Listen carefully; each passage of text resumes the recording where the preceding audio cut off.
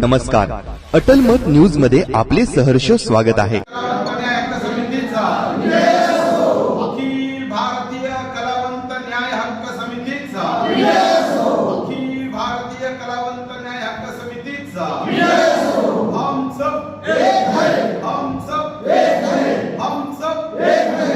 जय महाराष्ट्र, जय कलावंत, जय महाराष्ट्र, जय कलावंत, जय महाराष्ट्र, जय कलावंत,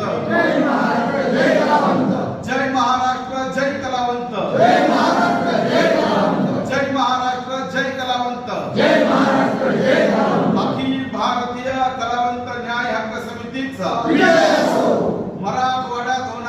मराठवाड्यात कलावंतांवरती होणारा अन्याय दूर झालाच पाहिजे. मराठवाड्यात पोलिसांचा कलावंतांवरती होणारा अन्याय थांबलाच पाहिजे.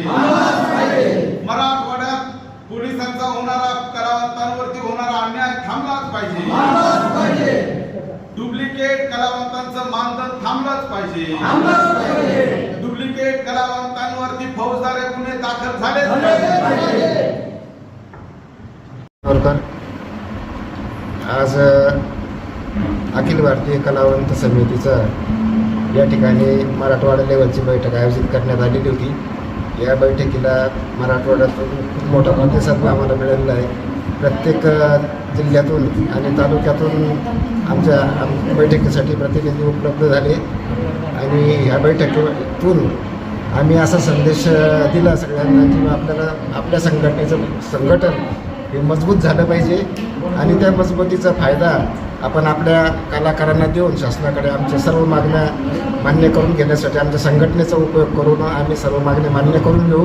कलावंताच्या ज्या अडचणी आहेत, मानधनाविषयी जे प्रश्न आहेत, ते प्रश्न अनेक वर्षापासून मानधनापासून वंचित आहेत, त्यांनाही मानधन मिळवून देण्यासाठी आम्ही शासनाकडे मागणी करू आणि त्यांच्याकडून ते पाठपुरावा करून ते पूर्ण करून घेऊ आणि सर्व कलाकारांना आमच्या संघटनेचा फायदा व्हावा आणि शासनाकडून आम्हाला योग्य ते सहकार्य मिळावं अशी अपेक्षा आहे. कलावंतांना जर आपल्या संघटनेशी जुडायचं असेल तर कसे कलावंतांच्या जोडणीसाठी आम्ही आजच आवाहन केलेलं आहे की आमच्याकडे एक नोंदणीचा प्रकार ठेवलेला आहे. जो कलावंत असेल त्यांनी आमच्याकडे रितसर नोंदणी करायची आणि त्या नोंदणीच्या अंतर्गत आम्ही त्यांना आमच्या संघटनेचं ओळखपत्रही देणार आहे. त्याच्यामुळे त्याचाही सुरक्षेचा प्रश्न सुटणार आहे. रात्री बेरात्रीच्या वेळेस आमचे कलाकार कार्यक्रम करून परतत असताना पोलीस लोक वगैरे अडवतात त्यांना ते आयडेंटिटी कार्ड दाखवते की कुठंतरी हा अधिकृत आहे असं त्याचा अर्थ व्हावा आणि पोलिसांनी किंवा इतर कोणत्याही यंत्रणेला आमच्या कलाकाराला त्रास होऊ नये अशी आमची अपेक्षा आहे. धन्यवाद. सुभेदारी विश्रामगृहामध्ये कलावंतांची बैठक पार पडली. काय निर्णय घेण्यात आले सर बैठकीमध्ये? जय महाराष्ट्र, जय कलावंत. आज आपल्या छत्रपती संभाजीनगरातल्या सुभेदारी शासकीय विश्रामगृहामध्ये राज्यव्यापी कलावंतांची एकमेव पोलादी संघटना म्हणजेच अखिल भारतीय कलावंत न्याय हक्क समिती या राज्यव्यापी कलावंत संघटनेच्या वतीने मराठवाड्यातील जे कलावंत आहेत, साहित्यिक आहेत, वारकरी आहेत, भजनी मंडळं आहेत, यांचे अनेक प्रश्न आहेत. पण त्या प्रश्नांना कोणीच वाचा फोडत नाही. ना कुठले आमदार, ना कुठले खासदार, ना कुठले मंत्री, ना कुठला राजकीय नेता आमच्या कलावंतांचे प्रश्न कोणीच मांडत नाही.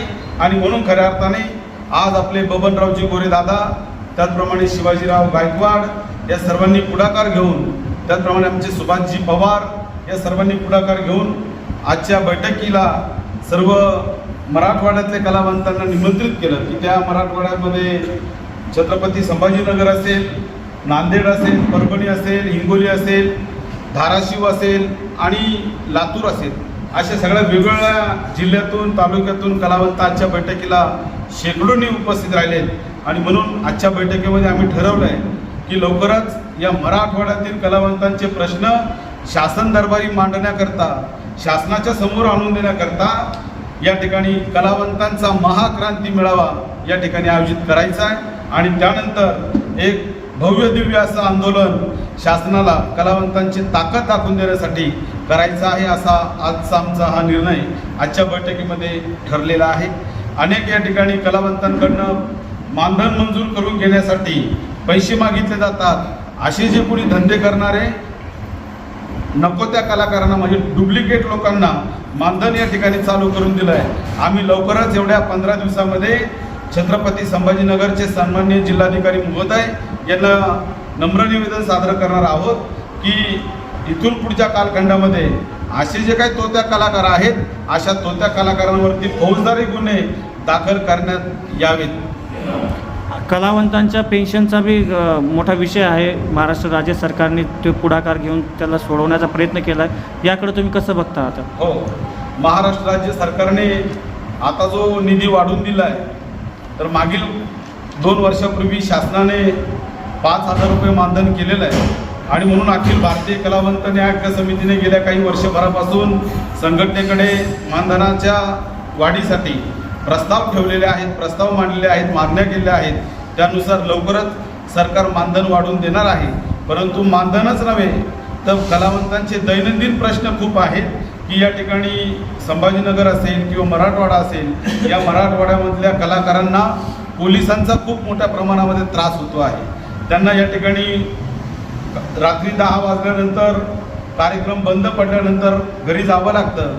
जाताना येताना उशीर होतो आणि उशीर झाल्याच्या नंतर बेरात्री प्रवास करत असताना चोर समजून कलाकारांनाच या ठिकाणी जेलमध्ये टाकलं जातं.